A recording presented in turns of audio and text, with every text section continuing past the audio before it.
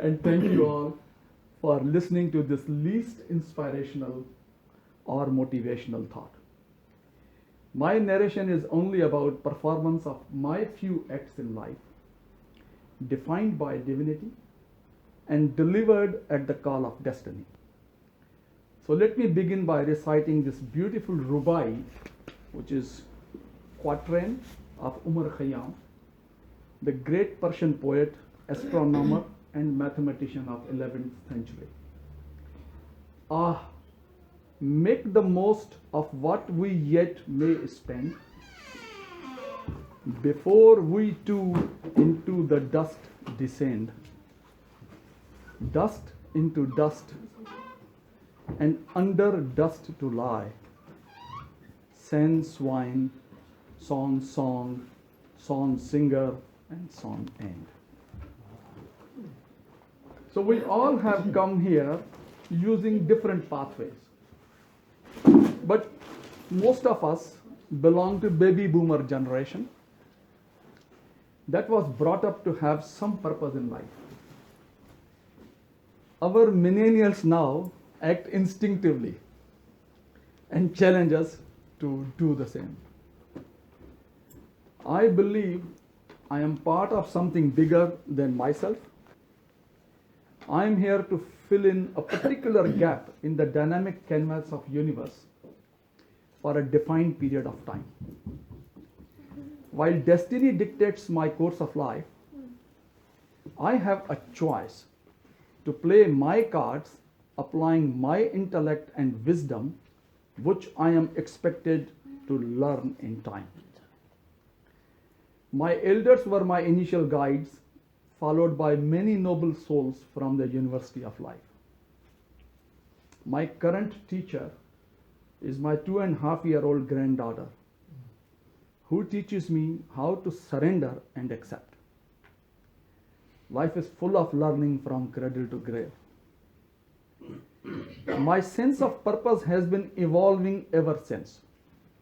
Initially, it was to educate myself, academically as well as laterally. So by the time I completed my engineering degree, I had read quite a few good number of books from Urdu, Sindhi, English, German, French, American, Persian, and Russian literature. I listened to Urdu, Hindi, Sindhi, and English broadcasts from BBC, Voice of America, Radio Moscow, Radio Kuwait, Radio Ceylon, All India Radio, Akashvani, Radio Iran Zaidan, and Radio Pakistan Karachi and Hyderabad.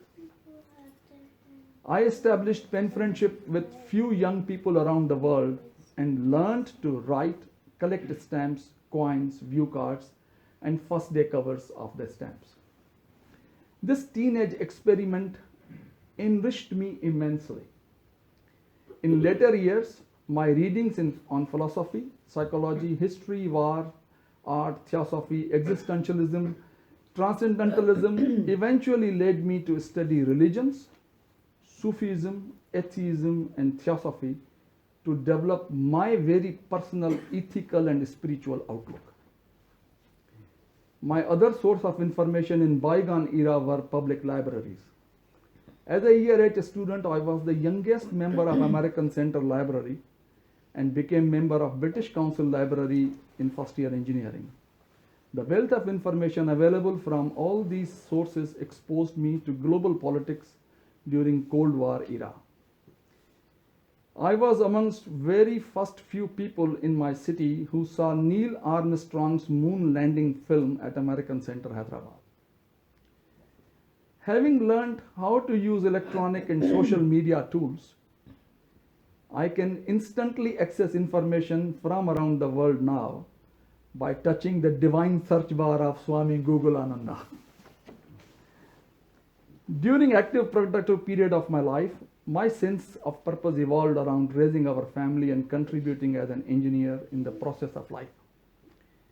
The migration to Australia 25 years ago injected another dimension in this purpose: to settle down and integrate with mainstream Australia by paying our social debt through service to the community. So our entire family tried to achieve that goal. I served as Secretary Engineers Australia, a tax help volunteer, President of Multicultural Group, Second Vice President of Lions Club of Bathurst, Chair of Waterford Heritage Land Trust Board, and many other such civic activities. My wife Poonam became New South Wales top cook by winning Dairy Farmers competition and started her cooking classes in Bathurst. She also wrote monthly cooking column for Indian Subcontinent Times and published a book, Indian Cooking for All Occasions. Her current Facebook page, Yummy Cooking, has a following of 2,000 plus fans. Our daughters, who are well settled in New York, performed Indian dances to raise funds for noble causes such as Care Flight Australia, Kota Club of Bathurst, Fraser Hollows Foundation, Rotary Club, Lions Club, Prime Minister Drought Relief Fund, Australian Red Cross and Howard Foundation, etc. Having settled in Bathurst, we also traveled around Australia, North America, China, Europe, Asia to see other lifestyles for which I had dreamt in my early teens while reading promotional materials from many foreign missions sent to me at my request. So, what's my life learning from all of this? That we must educate ourselves and gain as much information as possible. That knowledge empowers us to make an informed decision under uncertain situations. We learn about our rights and responsibilities and become better citizens. Our knowledge becomes our compass which guides us through the maze of life. We overcome our unfounded fears by rationally analyzing the emerging situations, that we should have dreams and must realize them with actions. And finally, risk should be taken in life and criticism disregarded.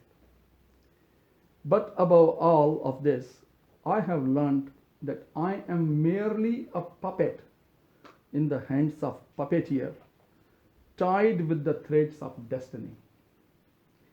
He has set the stage of my play in this world and defined my circumstances, boundaries, and time frames of my various roles, such as a son, brother, husband, father, grandfather, friend, worker, and a citizen. I am expected to play my unscripted acts competently until the curtains are drawn on my character. I only hope and pray that my delivery is liked by him and I am able to earn his mercy. Nothing else matters thereafter. So let me conclude with this another beautiful rubai of Umar Khayyam. Ah, my beloved, fill the cup that clears today of past regrets and future fears. Tomorrow? Why? Tomorrow I may be myself with yesterday's 7,000 years. Thank you.